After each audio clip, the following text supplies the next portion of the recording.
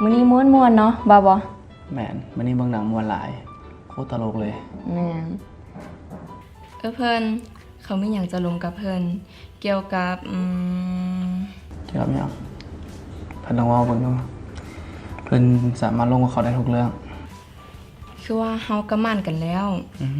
ต่อไปนี่นะเฮาก็คงจะสร้างสถานะที่มันคงนํกัน เพื่อบ่อยากให้มีหยังผิดพลาดจะว่าเฮาควรเฮ็ดแบบใดดีเจ้าหมายถึงหยัง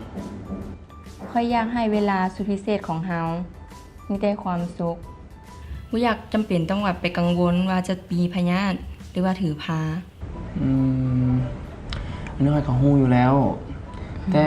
สุขภาพข้อยก็แข็งแรงดีน่าจะบ่มีปัญหาหยังติเจ้าฮู้บ่ว่ามันมีพยาธิโพตพ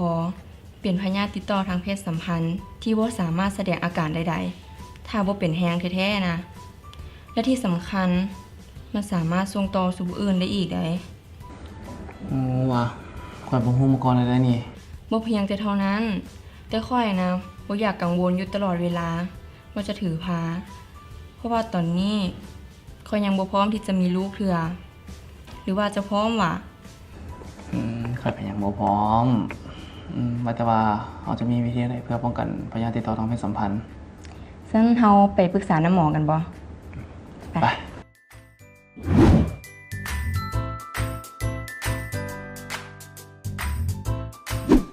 มีหลายทางที่ง่ายและปราศจากความกังวลและสามารถเรียนรู้ได้ฟรีเกี่ยวกับการมีเพศสัมพันธ์ที่ปลอดภัยและเลือกวิธีการคุมกำเนิดที่เหมาะสมสำหรับคู่ของเฮาใส่เบิ่งนี่แบบนี้ก็ดีได้เนาะมาบ่แบบนี้ก็ดีคือกันเพราะว่าข้อยอยากป้องกันเจ้าจากการถือผ้าแดและป้องกันเราทั้งสองคนจากการติดเชื้อพยาธิติดต่อทางเพศสัมพันธ์เคยดีใจที่เจ้ารู้สึกแบบนี้สำหรับข้อมูลเพิ่มเติมเกี่ยวกับวิธีการคุมกำเนิดอาการข้างเคียงและสถานที่ให้คำปรึกษา